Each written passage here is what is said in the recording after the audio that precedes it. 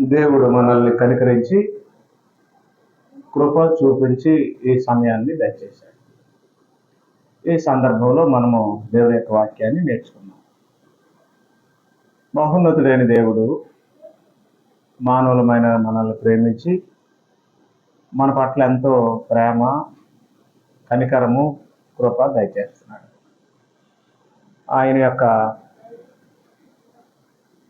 దీర్ఘశాంతాన్ని బట్టి, ప్రేమను బట్టి మనము భూమి మీద మన దినాలు గడుపుతున్నాం. ఈ సందర్భంలో మరొక ఆత్మ సంబంధమైన విషయాన్ని మనం నేర్చుకుందాం. గత వారం మనం మాట్లాడుతూ దేవుడు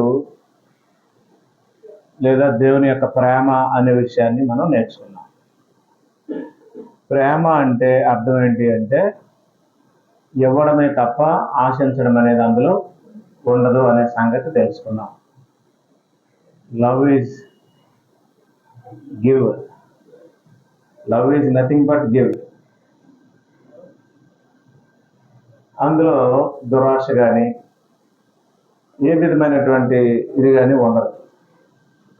ఆ రకంగా మనం దేవుడి గురించి నేర్చుకున్నాం. అప్పుడు దేవుడు మనకి ఏమి ఇచ్చాడు అని మనం ఆలోచిస్తే ఈ జన్మనిచ్చాడు, జీవితాన్ని ఇచ్చాడు, ఆయుష్కాలాన్ని ఇచ్చాడు, వాతావరణం ఇచ్చాడు, భౌతికమైనటువంటి దేవుళ్ళన్నీ దేవుడు మనకు దయచేశాడు. ఇది ఆయన ప్రేమతో దేవుడు మనకిచ్చింది. అలాగే స్త్రీలకైతే చక్కని భర్తలు ఇచ్చాడు, పురుషులకైతే చక్కని భార్యలు ఇచ్చాడు, బిడ్డలు ఇచ్చాడు, ఉండడానికి ఇల్లు, వాకిలి అన్నీ దేవుడే ఇచ్చాడు. మనకంటూ ఈ లోకంలో ఏమీ లేదు, అన్నీ దేవుడిచ్చినవి. అది ఏదైనా సరే.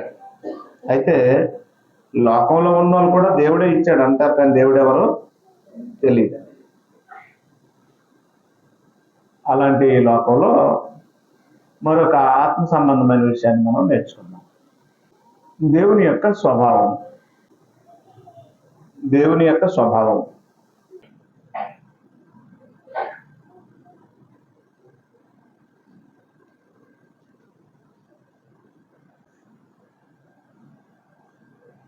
బైబిల్లో దేవుడు తన స్వభావానికి వ్యతిరేకంగా ఏమీ చేయడు అని రాసి ఉంది. ఏంటి ఆయన స్వభావము అనే విషయాన్ని మనం చూద్దాం. దేవుడు మంచివారిని, చెడ్డవారిని ప్రేమిస్తాడు. మంచివారిని, చెడ్డవారిని ప్రేమిస్తాడు. అది ఆయన యొక్క స్వభావం, అది ఆయన యొక్క స్వరూపం. మొదటి యోహాను పత్రిక 4:8 దేవుడు ప్రేమ స్వరూపి అని రాస్తుంది. దేవుడు ప్రేమ స్వరూపి. ప్రేమించడమే ఆయన యొక్క స్వరూపం లేదా ఆయన యొక్క స్వభావం. ఆయన ఆశించి ప్రేమించే వ్యక్తి కాదు. ఆయన ప్రేమలో ఆశ ఉండదు. ఆయన అందరినీ ప్రేమిస్తాడు. అది ఆయన యొక్క స్వభావం, అది ఆయన యొక్క స్వరూపం. లోకంలో భయంకరమైన పరిస్థితులు ఉన్నాయి. లోకంలో భయంకరమైన పరిస్థితులు ఉన్నాయి. లోకం కూడా పాడైపోయింది. అందువల్ల లోకానికి సంబంధించి యోహాను మొదటి యోహాను పత్రిక 2వ అధ్యాయము 15వ వచనంలో ఇలా రాస్తుంది.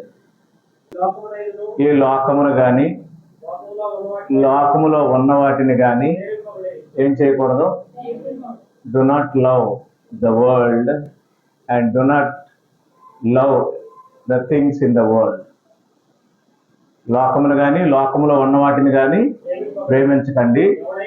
ఎవరైనా సరే లోకాన్ని ప్రేమిస్తే అది లోకాన్ని ప్రేమిస్తే ఎవరి ప్రేమ ఉండదు?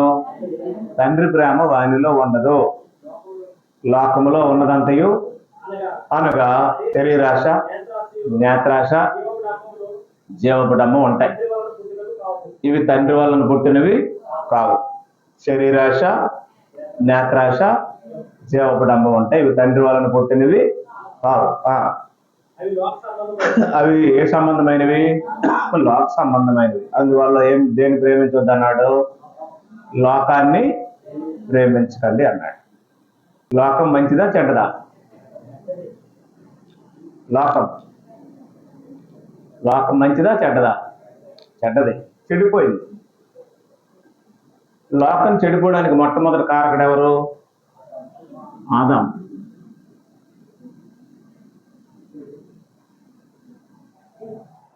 ఆదాం వల్ల ఏమొచ్చాయి? పాపము, మరణం వచ్చాయి. ఈ లోకంలో పాపము, మరణము ఉన్నాయి. ఈ లోకంలో ఏమున్నాయి? పాపము, మరణం ఉన్నాయి.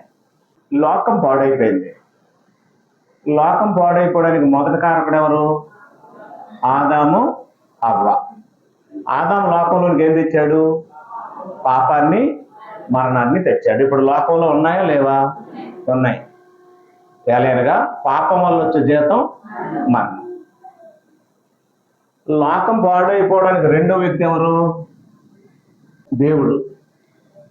ఇదేంటి దేవుడి వల్ల లోకం పాడైపోయింది ఏంటి అని అవ్వకయ్యారా? అవుతారు. దేవుడు ఒక ఉద్దేశంతో మనుషుల్ని విడగొట్టాడు. అది పాడు చేసే స్థాయికి వెళ్ళిపోయింది. ఎలాగంటే మానవుల్ని దేవుడు సృష్టించినప్పుడు ఒకటి చెప్పాడు. ఆదికాండం 1వ అధ్యాయం 28వ వచనంలో ఇలా రాసి ఉంది, మీరు ఫలించి అభివృద్ధి నొంది విస్తరించి భూమిని నిండించి. అది దేవుడు మనుషులకి ఇలా చెప్పాడు, మీరు ఫలించి అంటే పిల్లలు కాసి, పిల్లలు ఏమవ్వాలి? అభివృద్ధి పొంది. మీరు ఏమవ్వాలి? విస్తరించి. ఒక్కడే ఉండాలా? భూమల్లా నిండాలా అని దేవుడు చెప్పాడు. భూమిని ఏం చేయాలన్నాడు? లోపరుచుకోండి అని దేవుడు చెప్పాడు. అప్పుడు మానవులు ఏం చేశారు తెలుసా? జలప్రలయం తర్వాత బాబేలు గోపురాన్ని కట్టారు. కట్టారా లేదా? బాబేలు గోపురాన్ని కట్టినప్పుడు వాళ్ళు ఒకటి అనుకున్నారట. ఆదికాండం 11వ అధ్యాయంలో, జనము ఒక్కటే, పలుకు ఒక్కటే, భాష ఒక్కటే. కాబట్టి మనము చెదిరిపోకుండా ఈ మైదానంలో ఆకాశం కడుతున్నంత గోపురాన్ని కడుతుందని తయారయ్యారు. వాళ్ళ ఉద్దేశం ఏంటి? చెదిరిపోకూడదు అన్నది వాళ్ళ ఉద్దేశం. దేవుడి ఉద్దేశం ఏంటి? భూమి అంతా నింపండి, ఒక్కడ ఉండొద్దని దేవుడి ఉద్దేశం. అవునా? అప్పుడు ఒకే భాష ఇటుకలు చేసి గోపురాన్ని కడుతున్నారు, పేరు సంపాదించుకోవాలని. అప్పుడు దేవుడు అన్నాడు, ఎదుగో జన్మ ఒక్కటే, భాష ఒక్కటే. వారు ఒకవేళ చేయదలిసినటువంటి పనిని చేసేస్తారేమో, మనం దిగిపోయి వారి భాషను తారుమారు. 6వ వచనం చదువు. అప్పుడు జన్మ ఒక్కటే, వారందరికీ భాష ఒక్కటే. ఈ పని ప్రారంభించారు. అప్పుడు దేవుడు వచ్చి మనుషుల భాషలు ఏం చేశాడు? తారుమారు చేశాడు. తారుమారు చేసేసరికి ఇప్పుడు ఏమైపోయి? లోకము, భాష, రకాల భాషలు వచ్చాయి. అవునా? ఇప్పుడు తెలుగు భాష వాళ్ళందరూ ఎక్కడ ఉంటున్నారు?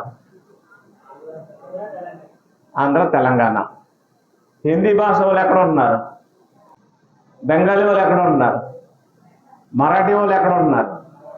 ఒరిస్సా వాళ్ళు ఎక్కడ ఉంటున్నారు? ఇంగ్లీష్ వాళ్ళు ఎక్కడ ఉంటున్నారు? స్పానిష్ వాళ్ళు ఎక్కడ ఉంటున్నారు? ఇలా ప్రపంచం దేనితో నిండిపోయింది? భాషలతో నిండిపోయి, భాషల వల్ల మనుషులు విడిపోయారు. అవునా? భాష సంఘాలు వచ్చాయి, భాష అభిమానులు వచ్చారు. తమిళనాడులో తమిళ్ మాట్లాడతారు, తెలుగు మాట్లాడరు. ఒకరు వచ్చినా మాట్లాడరు. తమిళనాడు వెళ్ళి ఎవరైనా చాలామంది అవ్వాలంటే వాళ్ళు నల్లగా ఉండాలా. వాళ్ళు ఎలా ఉండాలా? వాళ్ళందరూ కొంచెం అంటే ఎక్కువ శాతం మంది నల్లగా ఉంటారు. కాబట్టి నల్లలో ఎవరు కనిపించి నేను మనోళ్ళు అనుకుంటారు. వాళ్ళే ప్రత్యేకంగా ఒక తెల్ల వ్యక్తి కనిపించింది అనుకో, ఆంధ్ర నుంచి వచ్చినట్టు ఉందని కొంచెం అది ఒకలా చూస్తారు. కాబట్టి ఇప్పుడు మనుషులు భాష వల్ల కూడా ఏమైపోయారు? విడిపోయి చెడిపోయారు. భాషలు తారుమారు చేసింది ఎవరు? దేవుడు. మళ్ళీ లోకం చెడిపోయింది. లోకం ఎలా చెడిపోయింది? అధికారుల వల్ల చెడిపోయింది. అధికారులు ఏం చేశారు అంటే ప్రాంతాలు ఏర్పాటు చేశారు, హద్దులు ఏర్పాటు చేసుకున్నారు. మా హద్దుల్లోకి మీరు రాకూడదు, మీ హద్దుల్లోకి మేము రాకూడదు అని రాష్ట్రాల మధ్యలో హద్దులు ఉన్నాయి, దేశాల మధ్యలో హద్దులు ఉన్నాయి. ఒకరి హద్దుల్లోకి ఒకరు వెళ్తే ఒప్పుకోరు. ఓకేనా? రాష్ట్రాలకు హద్దులు ఉన్నాయా లేవా? ఒక ఏరియాలో నుంచి ఇంకొక ఏరియాలోకి నీళ్లు రావాలంటే ఒప్పందాలు చేసుకోవాలి. ఒక ఏరియా నుండి ఒక ఏరియాకి ఇంపోర్ట్ ఎక్స్పోర్ట్ అవ్వాలంటే ఒప్పందాలు చేసుకోవాలి. రాష్ట్రాల మధ్యలోనైనా దేశాల మధ్యలోనైనా హద్దులు ఉంటాయి. కాబట్టి ప్రాంతాలుగా విడిపోయారు. మనుషులకి ఎవరికి ఎక్కడ సమాధానము లేదు. ఆ తర్వాత ఏం జరిగిందంటే లోకం ఇంకొకలా చెడిపోయింది. ఎలా చెడిపోయింది అంటే మతాల పరంగా చెడిపోయింది. మతాలు రావడానికి కారణం ఎవరు? మతాలు ఎవరి వల్ల వచ్చాయి? స్థాపకుల వల్ల వచ్చాయి. వచ్చాయి లేదా? దేశంలో మతాలు ఉన్నాయా లేవా? ఏ మతాలు ఉన్నాయి? హిందూ మతములేమో రౌండ్ బొట్టు పెట్టుకుంటారు. ఇక్కడ 3 నామాలు బొట్టు పెట్టుకుంటారు కదా, వాళ్ళు ఏమంటారు? వైష్ణవులు అంటారు, అదొక మతం. జైనులు అంటారు, అదొక మతం. సిక్కులు అంటారు, అదొక మతం. జొరాస్ట్రియన్స్ అంటారు, అదొక మతం. ఇస్లాం అదొక మతం. బౌద్ధం అదొక మతం. ఈ మతాలు ఎవరి వల్ల వచ్చాయి? మత స్థాపకుల వల్ల వచ్చాయి. బౌద్ధ మతాన్ని ఎవరు స్థాపించారు? గౌతముడు. యోధా మతాన్ని ఎవరు ఎస్టాబ్లిష్ చేశారు? మోషే. దాని ఆద్యుడు దేవుడే, కానీ నడిపించిన వాడు ఎవరు? మోషే. సిక్కు మతాన్ని జైనుడు.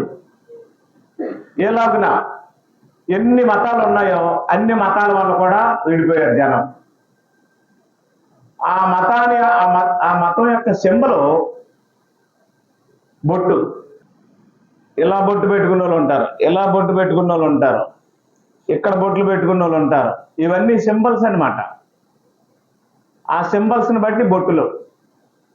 క్రైస్తవులు బొట్లు ఉంటాయా? మనల్ని చివరికి ఏమని సరే బొట్లు లేని మతం అనేసారు. అన్ని మతాలకి ఏముంటాయి?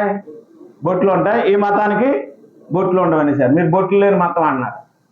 అసలు వాస్తవానికి ఇది మతము, ఇది మతం కాదు. ఇది మతం కాదు ఎందుకంటే మతాల మధ్యలో ఉంది కాబట్టి మతం అనుకుంటున్నారు, కానీ వాస్తవానికి ఇది మతము కాదు. ఇప్పుడు ఏం జరిగిందంటే ఈ మతాల్లో కూడా గురువులు ఉంటారు కదా, ఒకరిని ఒకరితో కలవనివ్వరు. మతాల వల్ల కూడా దేశం ఏమైపోయింది? లోకం ఏమైపోయింది? విడిపోయి చెడిపోయింది. విచిత్రమైన విషయం చెప్పనా? ఎన్ని మతాలు మంచి చెప్తాయా చెడ్డ చెప్తాయా? ఏదైనా ఒక మతం ఉంటే మంచి చెప్తుందా చెడ్డ చెప్తుందా? మతం మేలే. కానీ ఎన్ని మతాలు ఉన్న మనుషులు బాగుపడలేదు. హిందూ మతం కానీ, బౌద్ధ మతం కానీ, యోధా మతం కానీ, జైన మతం కానీ, సిక్కు మతం కానీ, ఎన్ని మతాలు ఉన్నాయో ఏ మతము కూడా ఏ మనిషిని తాగమని చెప్పదు. చెప్తుందా? అయితే మనుషులు ఏదో ఒక మతానికి చెందిన వారే కదా. మరి బ్రాందీ షాపులు ఎందుకు ఇన్ని ఉన్నాయి?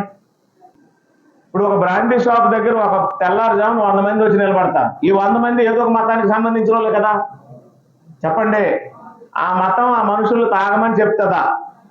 అంటే ఎలాంటివి ప్రపంచంలో ఎన్ని మతాలు ఉన్నా సరే మనుషులకి తప్పు చేయమని ఏ మతము చెప్పదు. కానీ తప్పుడు దుకాణాలు ఉన్నాయంటే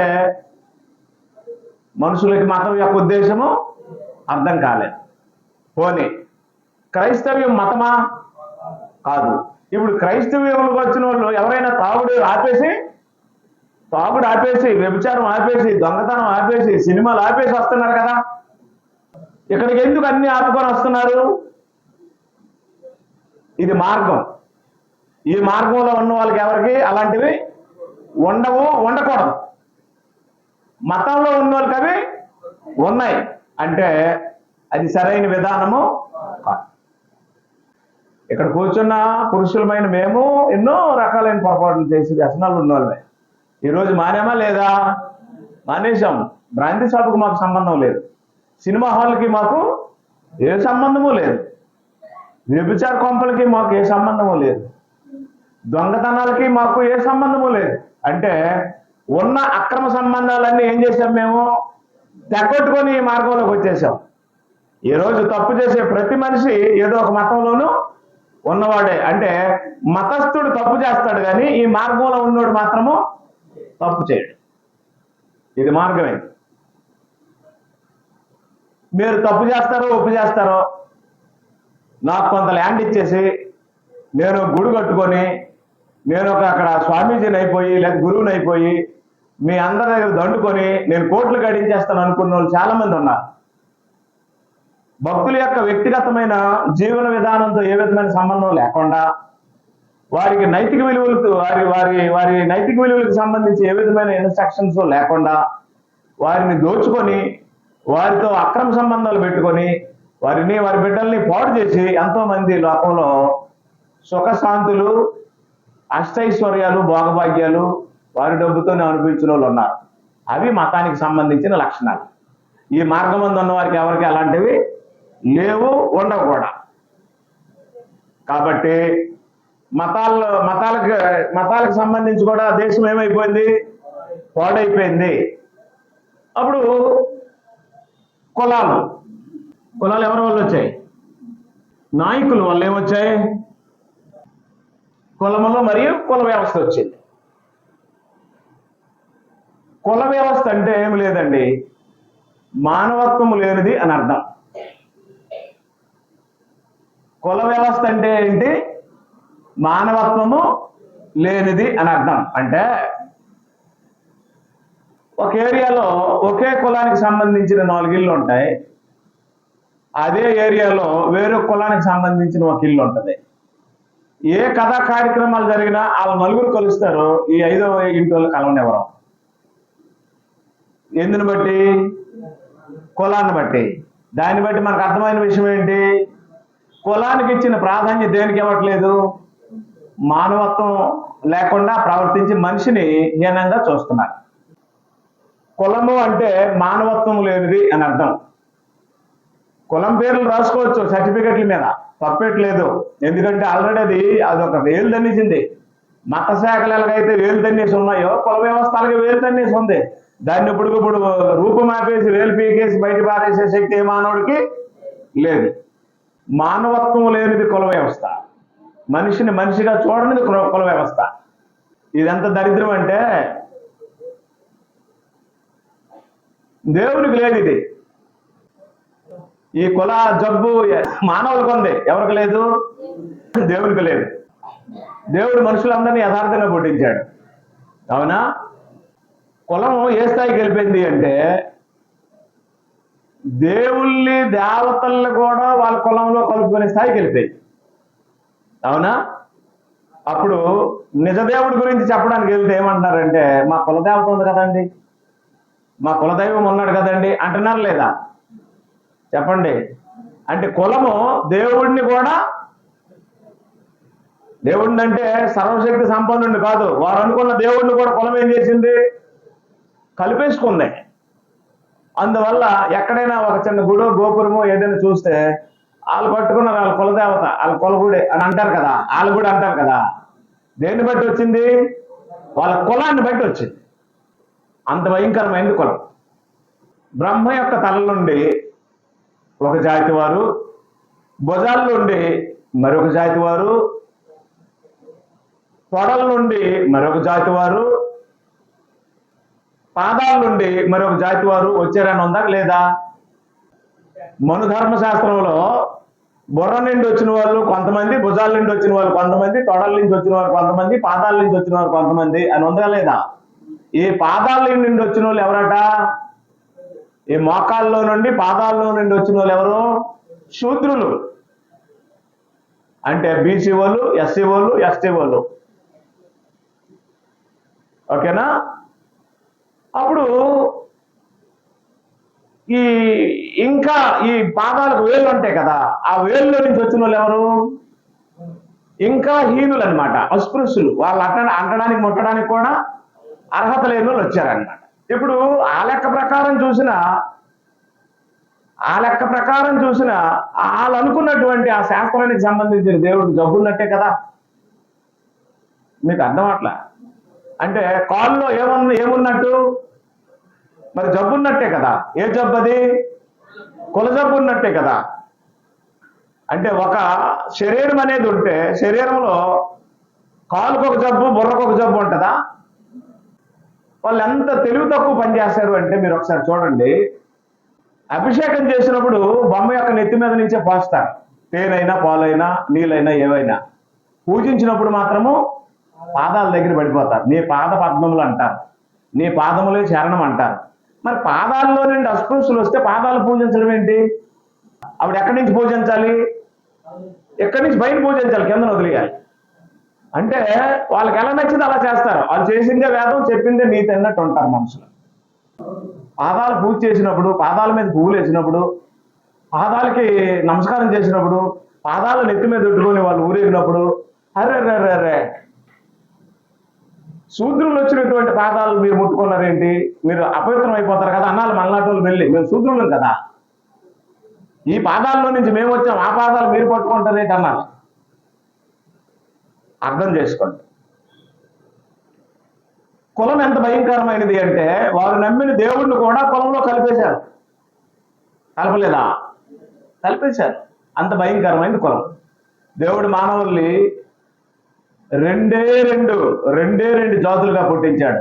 ఏంటి ఆ జాతులు? మగజాతి, ఆడజాతి, అంతే. ఆదికాండం 5వ అధ్యాయంలో చెప్పాడు, ఆడుదాని గాను మగవాని గాను ఇద్దరిని పుట్టించాడు దేవుడు. నేనేమంటానంటే మీకు ఎవరికైనా కొల జబ్బు ఉంటే నేను పీల్చి వదిలి ఈ గాలి ఈ స్పేస్లోనే ఉంది. మీకు కుల పట్టింపు ఉంటే ఈ స్పేస్లో మీరు ఉండకండి, ఎందుకంటే మేము వదిలిన గాలి మీరు పీల్చేస్తున్నారు. నీళ్ళు తాగాలంటే రేఖ తెచ్చుకోరా, గలాస్ తెచ్చుకోరా అనేవారు పూర్వం. మరి గాలి పీల్చాలంటే ఆక్సిజన్ తెచ్చుకోరా వేరేగా అని అనగలరా? మరి నేను విడిచిపెట్టిన గాలి ఎందులో కలుస్తుంది?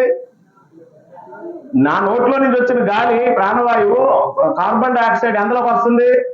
ఇందులోకే వస్తుంది. మరి మీరు పీలుస్తున్నారు కదా, అప్పుడు బ్రతకూడదు కదా, ఈ స్పేస్లో మీరు ఉండకూడదు కదా. కాబట్టి మనుషులు కులాన్ని బట్టి ఏ స్థాయికి వెళ్ళిపోయారు అంటే హీనమైనటువంటి స్థాయికి వెళ్ళిపోయారు. కాబట్టి కులం వల్ల కూడా మనుషుల్లో ఈ లోకం చెడిపోయింది. ఇది లేదు. ప్రత్యేకంగా ఈ కుల పిచ్చి ఎక్కడ ఉందంటే తెలుగు రాష్ట్రాల్లో ఎక్కువ ఉంది. ఈ తెలుగు రాష్ట్రాల్లో ఉన్న పిచ్చి ఇంకోటి ఏంటంటే కొడుకులు పిచ్చి ఒకటి ఉంది. కొడుకులు ఉంటేనే కొడుకు పెడతారట, వాళ్ళే వెళ్తారట అండి మోక్షానికి. కూతుర్లు ఉంటే ఎందుకు పనికిరారట. ఆ పిచ్చి ఎక్కించారు అందరికి. అందుకే కొడుకు పుట్టాడని చెప్పగానే ఒకలా ఫీల్ అవుతారు, కూతురు పుట్టిందని చెప్పగానే మరొకలా ఫీల్ అవుతారు. మనల్ని గుండె మీద తన్నేసి అనాథాశ్రమంలో వదిలేసినది ఆ కొడుకులే. మనకు బాగులేనప్పుడు వచ్చి గంజి మరకపోసి మూతి మీద వేసింది ఆ కూతుర్లే. అర్థం అవట్లేదా? దేవుని కుమారులకి, దేవుని బిడ్డలకి కూతుర్లు కొడుకులని వ్యత్యాసం ఉండదు. ఎందుకంటే ఈ లోకమే మనకి శాశ్వతం కానప్పుడు, తనువే శాశ్వతం కానప్పుడు చచ్చిన తర్వాత ఎవడు మోస్తున్నాడో, ఎవడు పోస్తున్నాడో, ఎవడు ఏడుస్తున్నాడో ఎవడికి తెలుసు? దానికి లింగ నిర్ధారణ చేయవలసిన అవసరము ఇది ఎంతవరకు వెళ్ళిపోయిందంటే హాస్పిటల్లో డాక్టర్లు చీటీలు రాసి పెట్టుకున్నంత వరకు వెళ్ళిపోయింది. లింగ నిర్ధారణ చేయడము చట్టరీత్యా నేరము అని హాస్పిటల్కి వెళ్ళిపోయిందంటే ఎంత పిచ్చి పెట్టిందో చూడండి. ముందే చెప్పిమంటున్నారట, ఆడపిల్ల మగపిల్ల కడుపులో ఉన్నప్పుడు చెప్పియండి అని చెప్పి అడిగితే డాక్టర్లు అప్పుడు ఫోన్లో ఏదో తెలుసుకుంటారని ఎక్స్రేలు తీసిన వాళ్ళు, స్కాన్ తీసిన వాళ్ళు ఆడపిల్లనండి అని చెప్పిన వెంటనే అబార్షన్ చేయించేవారు.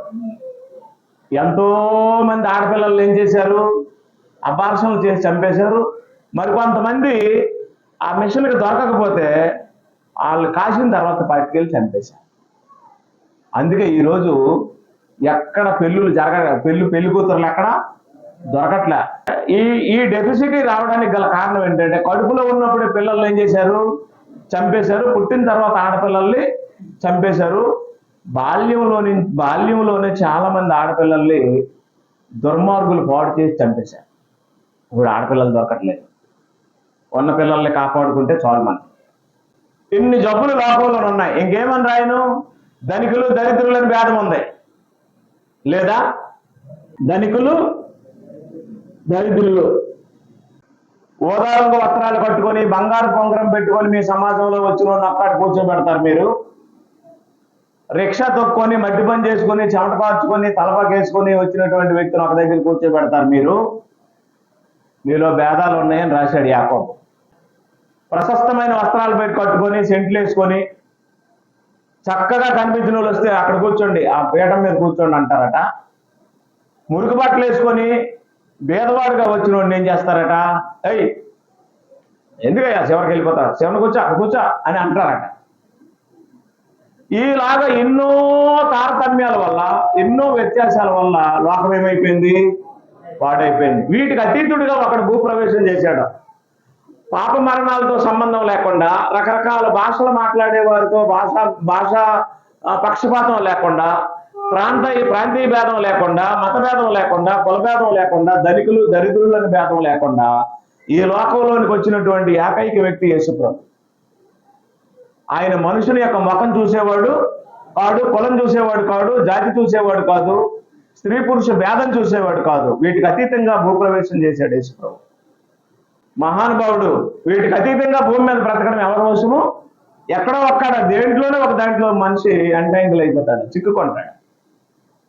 అని యేసు ప్రభు ఒక కులానికి కానీ, ఒక మతానికి కానీ, ఒక వర్గానికి కానీ, ఒక జాతికి కానీ, ఒక ప్రాంతానికి కానీ, ఒక భాషకు కానీ పరిమితం కాకుండా ఆయా భాషలు మాట్లాడేవారిని, ఆయా జాతుల్లో ఉన్నవారిని, స్త్రీలని పురుషులని భేదం లేకుండా అందరినీ రక్షించుకోవడానికి అందరికీ అందరవాడయ్యాడు. అందరవాడు అనే టైటిల్ ఎవరిది? చిరంజీవికి పెట్టించారు. యేసుప్రభు అందరవాడు, కానీ అందరిలో కలిసిపోయాడా? కలిసిపోయాడా? కులాలతో కలిసిపోయాడా? మతాలతో కలిసిపోయాడా? రాజకీయాలతో కలిసిపోయాడా? ఎవరిలోనూ కలకుండా అందరూ తన యొద్దకు వచ్చేటట్లు ఆయన అలా బ్రతికాడు. అలా బ్రతకడానికి గల కారణం ఏంటి అంటే, ఆయన దేవుని సంకల్పం తెలిసిన వాడు, దేవుని కుమారుడు. ఓకేనా? రైట్. ఏం జరిగింది అంటే, దేవుడు ప్రేమ స్వరూపి, ఆయన స్వభావమే ప్రేమ. ఇందాక భోజనం చేసినప్పుడు మా ఆవిడ నిమ్మకాయ కోసి ఇచ్చింది నాకు. నేను అడిగేసరికి టక్కనే కోసి 2 మొక్కలు ఇచ్చింది. నిమ్మకాయ పిండుకున్నప్పటికి గొప్ప తీగుందమ్మా. అదే ప్రకారంగా మొన్న చాన్నాలైంది, ఒక 4 రోజులైంది, తేనె తెచ్చాను నేను. ఈ దగ్గు తగ్గడానికి ఆ తేనె రాత్రులు ఎర్లీ మార్నింగ్ అరచేతిలో వేసుకుని నాలుగుతో నాకుతున్నాను. ఏంటో మరి గొప్ప పొల్లగా ఉందో తేనె. ఉండదా? తేనె పొల్లగుంటదా, తీగుంటదా? నిమ్మకాయ పొల్లగుంటదా, తీగుంటదా? ఎలా తెలుసు? మనకి రుచి ఉంది, అవి వాళ్ళకి ఎందుకు ఉంటాయి? పంచభూతాలు అడ్నించి తిరగబడిపోయిన నిమ్మకాయ తీయకుండదు, అవునా? సూర్యచంద్రులు అట్నుంచి తిరగబడిపోయినా సరే తేనె పొల్లగుండదు. వాటి గుణాలవి, అంతే కదా. కాబట్టి నేను నిమ్మకాయ తిన్నాను, తీయగా ఉంది అంటే మీరు నమ్మేస్తారా? తేనె తాగాను, పొల్లగా ఉంది అంటే మీరు నమ్మేస్తారా? నమ్మేస్తారా? నేను ఇందాక బెల్లం మొక్క నంచుకున్నాను, చాలా చేదుగా ఉంది అంటే మీరు నమ్ముతారా?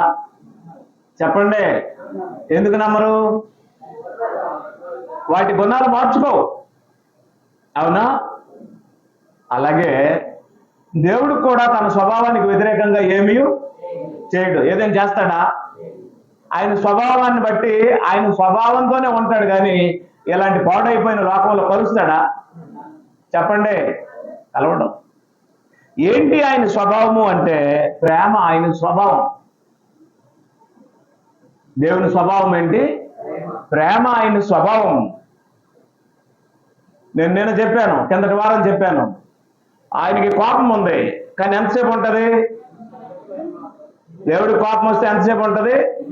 నిమిషం ఉంటుంది. ఆయన ప్రేమ దీర్ఘకాలము సహిస్తుంది. ఆ కోపంలో కూడా న్యాయం ఉంటుంది. మన కోపం వస్తే న్యాయం ఉండదు.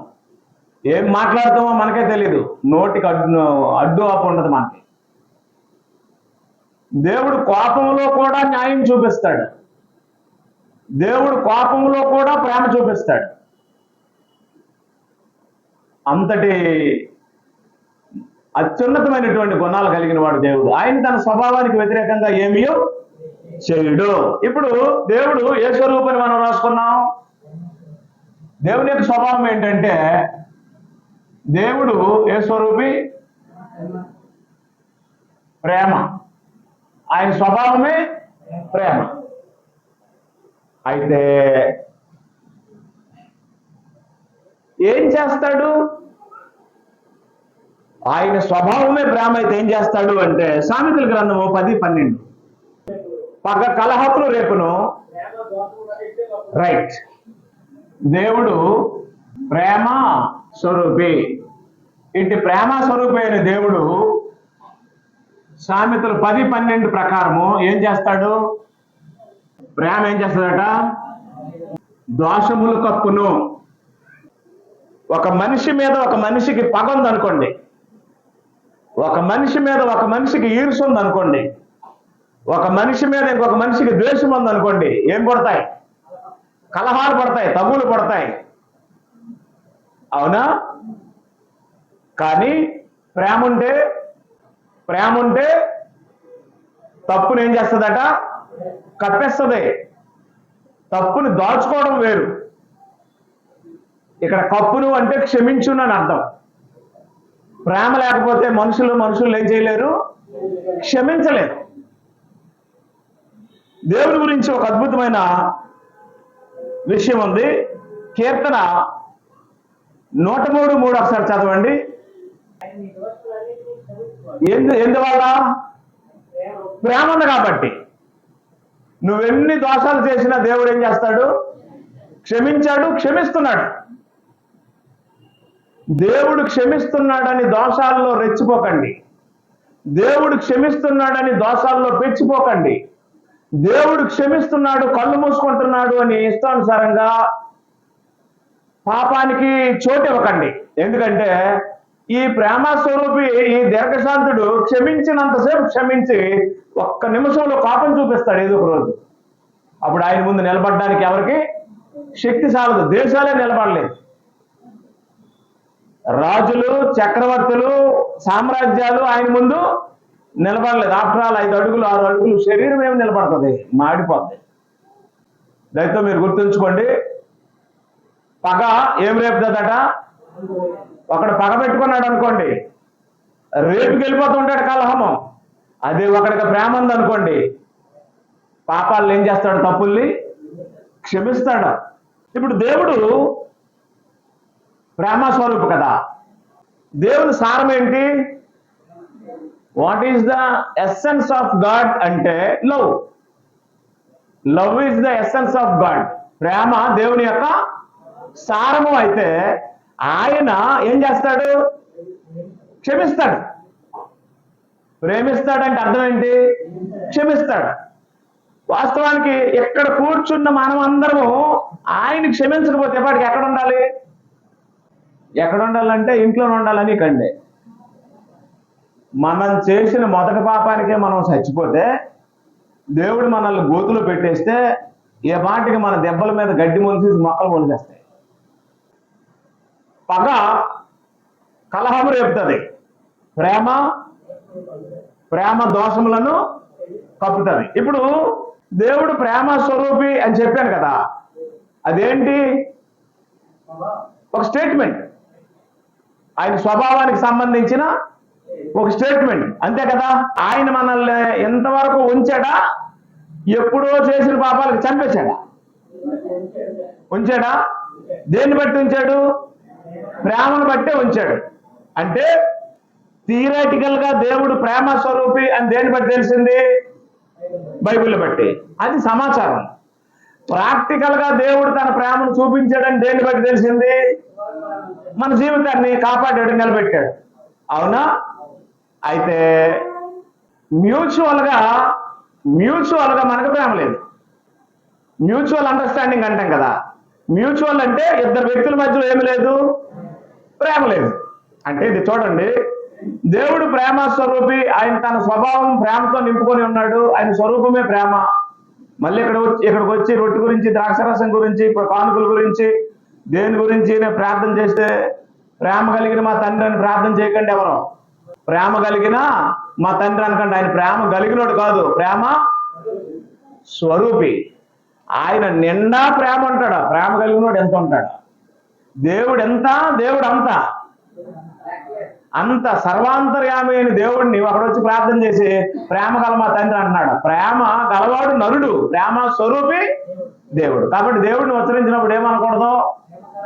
మీరు ఇంటి దగ్గర ప్రార్థన చేసిన ప్రేమ గల మా తండ్రి అనకండి. ఏమనాలి? ప్రేమ స్వరూపుడు అయిన మా తండ్రి అనండి. అది వాస్ట్ నాలెడ్జ్. దేవుడు ప్రేమ గలవాడా, ప్రేమ స్వరూపే? ఇప్పుడు దేవుని యొక్క స్వభావము, దేవుని యొక్క స్వరూపము, ప్రేమని ఎందులో రాసి ఉంది? బైబిల్లో రాసి ఉంది. అదేంటది? ఇన్ఫర్మేషన్, థియరీ లేకపోతే స్టేట్మెంట్. ఇది మనకు తెలిసిందా, తెలియలేదా? తెలిసింది. ఇదేంటిది? టీచింగ్. మన దగ్గరికి వచ్చిందా, రాలేదా? రాలేదా? ఇప్పుడు నేను చెప్పింది మీ హృదయాల్లోకి రాలేదా?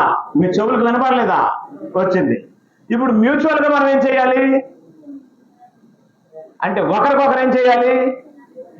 నిన్ను వల్లే నీ పొరుగు వారిని ప్రేమించనే ప్రాక్టీస్ చేయాలి. బైబిల్ సారమే అది కదా.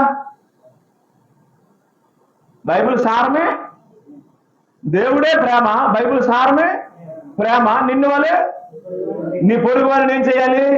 ప్రేమించాలి. అప్పుడు మనము ఒక మనిషిని ప్రేమించాలంటే దేవుని యొక్క సారము ఎక్కడికి రావాలి?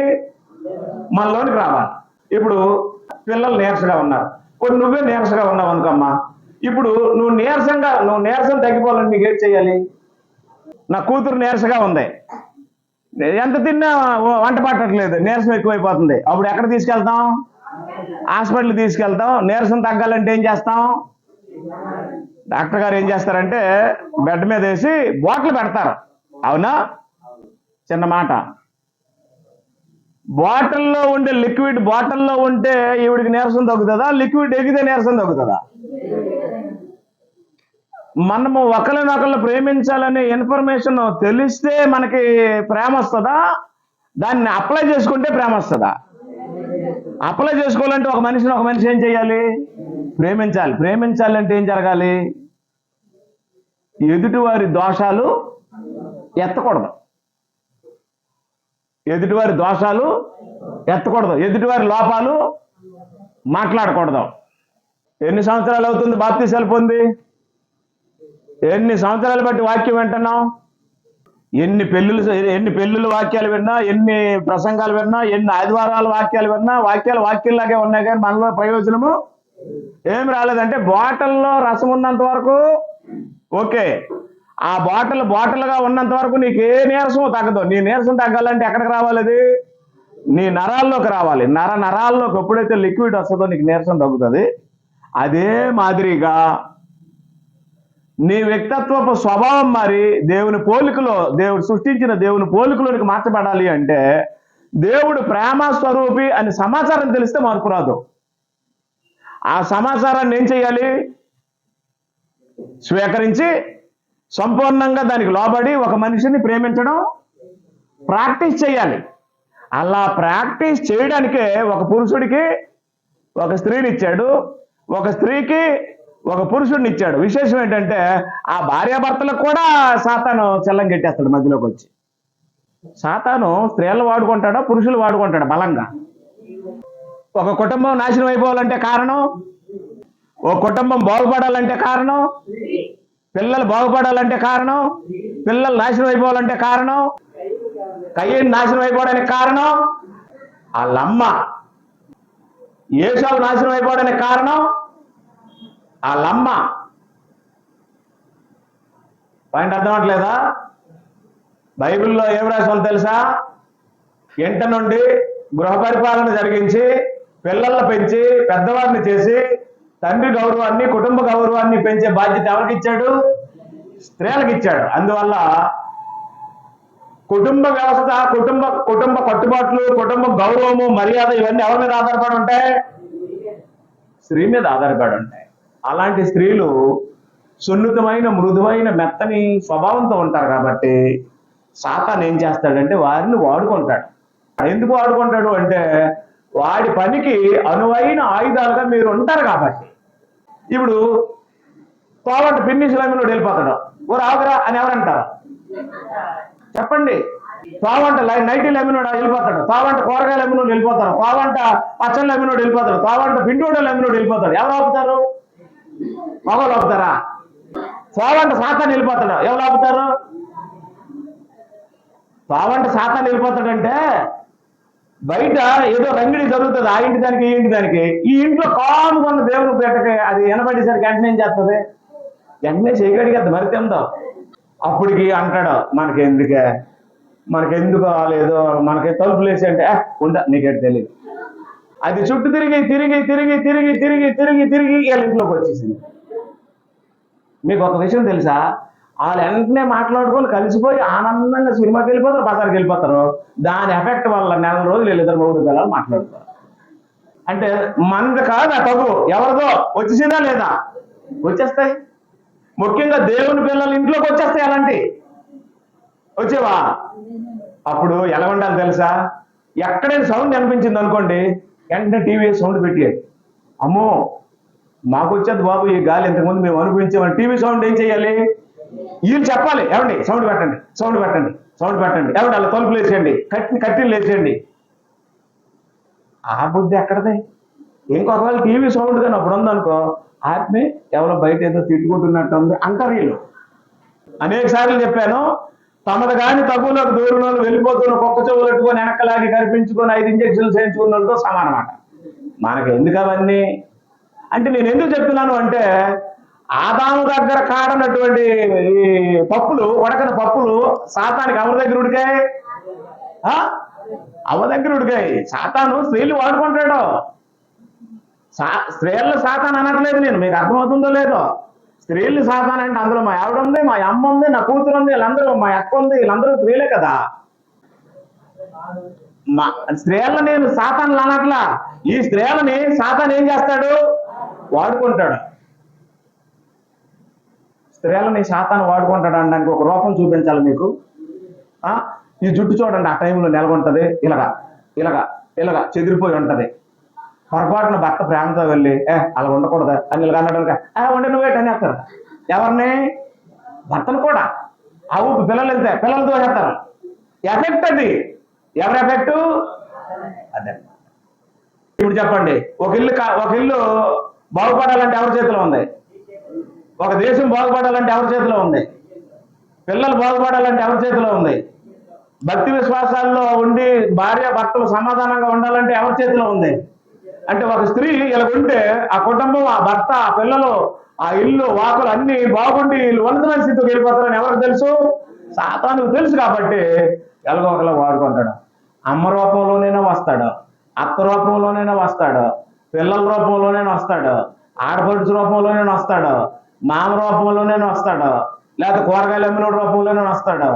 తగు ఆడుకొని ఎవరి రూపంలోనే వచ్చి మీ ఇంట్లో దూరిపోతాడు. మీరు అర్థం అవట్లేదా? నాకు ఇన్ని సంవత్సరాలకు ఒక విషయం అర్థమైంది.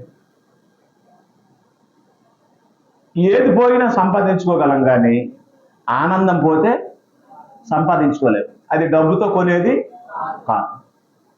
ఏది పోయినా కొనుక్కోగలం కానీ, ఏది పోయినా సంపాదించుకోగలం, కానీ మనశ్శాంతి పోతే కొనుక్కోలేము, సంపాదించుకోలేము. నష్టం జరిగినా నవ్వుకొని మాట్లాడాలని నేను నిర్ణయం తీసుకున్నాను. మీరు నష్టం జరిగినా ఎలా ఉండాలి? నవ్వుకొనే ఉండాలి. ఈ నవ్వును కూడా కొనలేని తెలుసా మీకు? నవ్వుకొని ఉండండి, సంతోషంగా ఉండండి, ఆనందంగా ఉండండి. కొన్ని ఏదైనా తినాలనుకోండి, చెప్పండి, నూడిల్స్ తింటారా? 10 కేజీలు తెచ్చేయండి నూడిల్స్. పానీపూరి తింటారా? ఒక 5 కేజీలు తెచ్చేయండి పానీపూరి. అలాగా ఇప్పుడు ఎలాగైతే నవ్వుకొని ఉంటున్నారో, ఇంటికి వెళ్ళినప్పుడు కూడా ఎలా ఉండాలి? అదే ఆనందం, అదే సంతోషం, అదే ముఖంలో కనబడేటట్టు ఉండండి. విజయం సాధించినట్టు ఉంటాడు భర్త. పగ కలహం రేపుతుంది, ప్రేమ దోషములను ఏం చేస్తుంది? దోషాలు కప్పుతుంది. అనేక మంది విడిపోవడానికి, అనేక మంది చెడిపోవడానికి కారణం ఏంటంటే పగ. కాదని చెప్పమనండి. ప్రేమ ఉంటే విడిపోతారా? చెప్పండి. విడిపోయి ఏమైనా సాధిస్తామా? అదే మరి బామరుదులు అయితే అనుకోరా? అన్నదమ్ములు అయితే అనుకోరా? తండ్రి బిడ్డలు అయితే అనుకోరా? విడిపోతారా? కాబట్టి కుటుంబం అన్న తర్వాత ఎవరైనా ఒక మాట అంటాం, అప్పుడు ఒకరు తగ్గుతాం, మరొకరు ఇంకో మాట అంటారు, అప్పుడు తగ్గుతాం. అది కదా కుటుంబం అంటే. అంతే తప్ప ఇష్టానుసారంగా తప్పులు మోపడం, నేరాలు మోపడం, దోషాలు మోపడం. అసలు అంత దరిద్రం ఏంటంటే నాలో తప్పు ఉంచుకొని నీ తప్పులు చూడడం అంత చండాలు మీకు ఎక్కడ ఉండదు. యేసుప్రభు అలాంటి ఏమన్నాడు? నాలో తప్పులు ఉండి మీలో తప్పులు చూసేవారిని ఏమన్నాడు యేసుప్రభు? వేషధారులు అన్నాడు. మనం వేషధారులము కాదు. ఏదైనా అనాలనుకుంటే అన్నిటిమే, ఆ తర్వాత మళ్ళీ సమాధానం పడిపోయి మాట్లాడేసుకోవడమే. ఏదైనా చెప్పాలనుకుంటే చెప్పడం, మళ్ళీ మామూలుగా మాట్లాడేసుకోవడమే. అది కదా ప్రేమ అంటే. కపటం లేకుండా వ్యవహరించడం కదా ప్రేమ అంటే. ఆ స్వభావం ఎవరికి ఉంది చెప్పండి? దేవుడికి ఉంది. అది మనకు వచ్చిందా? రాలేదు. వస్తుందా? వస్తుంది. రాదా? వస్తుంది. రావాలంటే ఏం చేయాలి? ప్రాక్టీస్ చేయాలి. ప్రాక్టీస్ చేస్తే రాదండి, ఏదైనా వస్తుంది. మనకు సాధ్యం కాని దేవుడు ఏది చెప్పడు. యోహాను సువార్త 3:16 దేవుడు లోకమును ఎంతో ప్రేమించాడు. దేవుడు లోకాన్ని ప్రేమించి మనల్ని లోకాన్ని ప్రేమించొద్దన్నాడు. ఆయన పరిశుద్ధుడు. దేవుడు ఎవరు? పరిశుద్ధుడు. మంచివారి మీద చెడ్డవారి మీద తన సూర్యుని ఉదయింపజేస్తాడు. నీతిమంతుల మీద అనీతిమంతుల మీద వర్షాన్ని కురిపిస్తాడు. ఈ లోక పాపము అంటకంటా ఉంటాడు. అవునా? మత్తయి సువార్త 5వ అధ్యాయము 46-48 వచనాల్లో దేవుడు ఎవరి మీదట? చెడ్డవారి మీద. ఎవరి మీద? మంచివారి మీద తన సూర్యుని ఉదయింపజేసి నీతిమంతుల మీద అనీతిమంతుల మీద ఏం కురిపిస్తాడు? నీకు సాధ్యమవుతుంది అది? నా దగ్గర ఒక బండి ఉంది, దాన్ని బుల్లెట్ అంటారు. దాని కెపాసిటీ ఎలాంటిది అంటే ఒక డౌన్లో వెళ్ళినప్పుడు ఎంత ఫ్రీగా వెళ్తుందో అప్పులో వెళ్ళినప్పుడు అంతే ఫ్రీగా వెళ్తుంది. ప్రసాద్ దగ్గర ఒక బండి ఉంది, ఏమంటారు దాన్ని? స్ప్లెండర్ అంటారు. అది డౌన్లో వెళ్ళినప్పుడేమో ఫ్రీగా వెళ్తుంది, అప్పులో వెళ్ళినప్పుడేమో చాలా కష్టంగా వెళ్తుంది. నా దగ్గర ఉన్న బండి డౌన్లో ఇప్పుల సేని గారు, గంపల సేని గారు, నేను కూర్చున్నా డౌన్లో ఎలాగెళ్తుందో, మేము ముగ్గురం కూర్చున్న అప్పులో కూడా అలాగెళ్తుంది, లాగేస్తుంది. అది దాని కెపాసిటీ ఎలాంటిది, అందుకే దాన్ని బుల్లెట్ అన్నారు. నువ్వు ఎక్కించరా మా ముగ్గురిని, అప్పుడు తెలుస్తుంది. డౌన్లోనైతే మెల్లికి వెళ్ళాలని వెళ్ళిపోద్ది, కానీ అప్పులోకి వెళ్ళేసరికి కదలదా. అవునా? అంటే అప్ అండ్ డౌన్ లో సమానంగా వెళ్ళే బండికి ఒక కెపాసిటీ, ఒక పేరు ఉంటది. దేవుని ప్రేమ ఎలాంటిది అంటే మంచివారి మీద ఒకేలాగా ఉంటది, చెడ్డవారి మీద ఒకేలాగా ఉంటది. చెడ్డవారు కదా వీళ్ళు చంపేద్దాం ఈ రోజు ఉంచొద్దని అనేవాడు దేవుడు కాడు. మంచివారు కదా వీళ్ళకి అన్ని ఇచ్చేద్దాం అనేవాడు దేవుడు. ఒక దుర్మార్గుడు ఉన్నాడు, ఆయన్ని కూడా దేవుడు ఏం చేస్తున్నాడు? ప్రేమిస్తున్నాడు. నేను ప్రేమించలేదు. ఆ మనిషిని చూసినట్టే నాకు మనసంతా ఏమైపోద్ది? వికారం అయిపోద్ది. అయితే ఆడిని ప్రేమించాలన్నా సరే నాకు ఎవరి ప్రేమ కావాలి? దేవుని సారం నాకు తెలిస్తే అలాంటి కూడా నేను ప్రేమించగలను. ఎందుకంటే అక్కడికి వచ్చినప్పుడు నేను ఎలా ఫీల్ అవ్వాలి అంటే, వీడు ఎంత దుర్మార్గపు పని చేసినా తన స్వభావాన్ని బట్టి దేవుడు వీడికి కూడా అన్నవస్త్రాలు ఇచ్చి ప్రేమిస్తున్నాడు. వీడిని చంపేయలేదు దేవుడు. దేవుడే వీడిని ప్రేమించినప్పుడు నేనెందుకు ద్వేషించాలన్న స్వభావం నాకు రావాలి. అట్టి దుర్మార్గుడిని దేవుడే ఏం చేస్తున్నాడు? ఉద్యోగం ఇచ్చి ప్రేమించి డబ్బులు ఇచ్చి పెంచి పోషిస్తున్నాడు. ఆయన చూసిన వెంటనే నాకు కోపం వచ్చేస్తుంది. ఇప్పుడు నాకేం అర్థం అవ్వాలి అంటే, నీవే ప్రేమించి అన్నవస్త్రాలు అనుగ్రహించినప్పుడు నేను ద్వేషించి ఏం చేయగలను? అతని విషయంలో కూడా ఇప్పుడు నా స్వభావం మారాలంటే నేను ఎవరిని నేర్చుకోవాలి? దేవుడినే నేర్చుకోవాలి, దేవుడినే ఫాలో అవ్వాలి. ఆ స్థాయి మనకు రావాలి. మనం ఏమనుకుంటాం తెలుసా? ఇలాంటి భూమి మీద ఉండకపోతే బెస్ట్, ఎందుకు ఇంక ఇలాంటి ఉన్నారని మనం అనుకుంటాం. అలాంటి కూడా ఉండాలని ఎవరు అనుకుంటున్నారు? అది ఆయన ప్రేమ. వీడి దుర్మార్గతను మనం చూస్తున్నాం, ఆయన ప్రేమను మనం చూడట్లేదు. మీకు అర్థమైందా? అలాంటి వాళ్ళు ఒక్కరు ఉన్నారా? ఇద్దరు ఉన్నారా? ఎంతమంది ఉన్నారు? మృగాలు మృగాలు మృగాలు మృగాలు ఉన్నారు ఈ భూమి మీద. ఆ మృగాల మీద కూడా దేవుడు ఏం చూపిస్తున్నాడు? అమ్మ, ఆడపిల్లలు ఉన్న పిల్లలందరికీ తండ్రులకి చెప్తున్నాను, జాగ్రత్తగా చూసుకోండి పిల్లలు. చిన్న పిల్లలైనా సరే చాలా జాగ్రత్తగా అబ్జర్వ్ చేయాలి పిల్లల్ని. స్కూల్కి పంపించామంటే భయం, ట్యూషన్కి పంపించామంటే భయం. ఎప్పుడు ఎక్కడ పిల్లల్ని ఎవరు ఏం చేస్తారో తెలియనటువంటి స్థితి, భయం. మృగాలు అయిపోతున్నారు మనుషులు. ముఖ్యంగా ఫస్ట్ స్టాండర్డ్ నుండి డిగ్రీ వరకు ఆడపిల్లలు ఎక్కువ శాతం టీచర్స్ దగ్గరే ఉంటారు. ఏమంటారు? సాయంత్రం ఉదయం నైట్ ఇంట్లోనే ఉంటారు. మిగతా టైం అంతా ఎవరి దగ్గర ఉంటారు?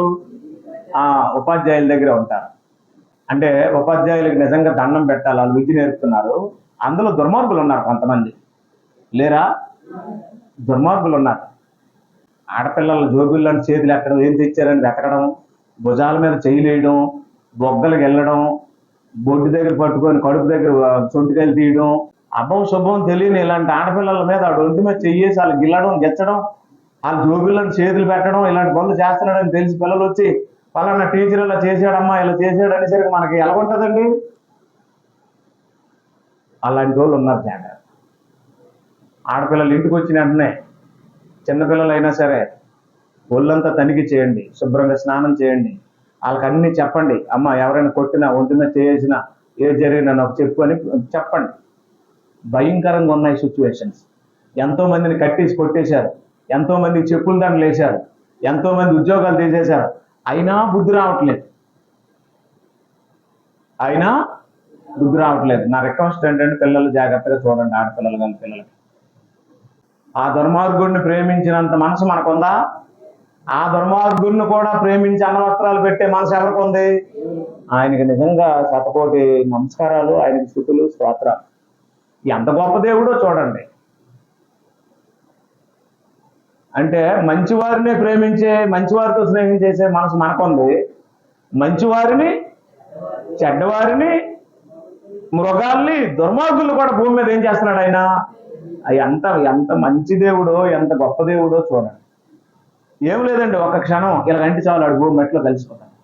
వాళ్ళకి మళ్ళీ ఉద్యోగాలు ఇచ్చి, వాళ్ళకి డబ్బులు ఇచ్చి, వాళ్ళకి బిడ్డలు ఇచ్చి, వాళ్ళకి అన్ని రకాలు ఇచ్చి చూస్తున్నాడు అంటే ఎంత గొప్ప దేవుడో చూడండి. అయినా సరే వాళ్ళకి మారు మనసు రావట్లేదు. కాబట్టి నేనేం చెప్పాలనుకున్నాను అంటే, ఇన్ఫర్మేషన్ పాస్ అయింది, దాన్ని కన్ఫర్మ్ చేసుకొని ఏం చేయాలి అంటే ప్రాక్టీస్ చేయాలి. బైబిల్ సారం ఒకటే, నిన్ను వల్ల నీ పొరుగువారిని, అంతే. నీ పొరుగువారిని ప్రేమించకపోతే కనిపించని దేవుడిని నువ్వెలా ప్రేమిస్తావు అన్నాడు దేవుడు. కాబట్టి దేవుని యొక్క సారం ఏమిటంటే ప్రేమ. నిమ్మకాయ యొక్క సారం ఏమిటంటే పులుపు. తేనె యొక్క సారం ఏమిటంటే తీపి.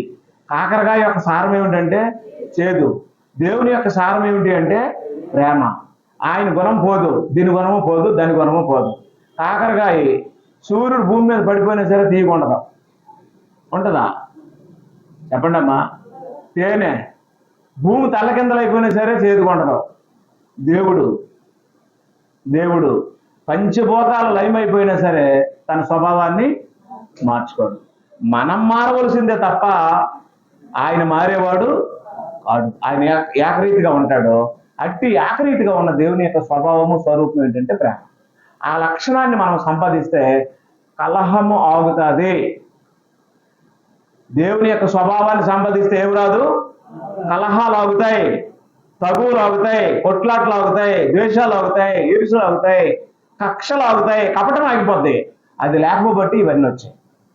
చాలామంది వచ్చారు, చాలామంది విన్నారు, ఏమీ సంపాదించకుండా బైబిల్ పెట్టుకుని తిరిగి వెళ్ళిపోయారు. అర్థం అవట్లేదా? బైబిల్ పెట్టుకుని వెళ్ళిపోతే ఏ సారము రాదు. ఏం మిగులుతుంది? బైబిలే మిగులుతుంది. బైబిల్ని అప్లై చేసుకుంటే ఒక రకమైన సారం వస్తుంది. అప్పుడు కలహం ఆగుతుంది, ప్రేమ పడుతుంది. ఓకేనా? దేవుడి చిత్తమైతే మరికొన్ని విషయాలు దేవుని స్వభావానికి సంబంధించి నేర్చుకుందాం. ఓపికతో విన్న మీ అందరికీ వందనాలు.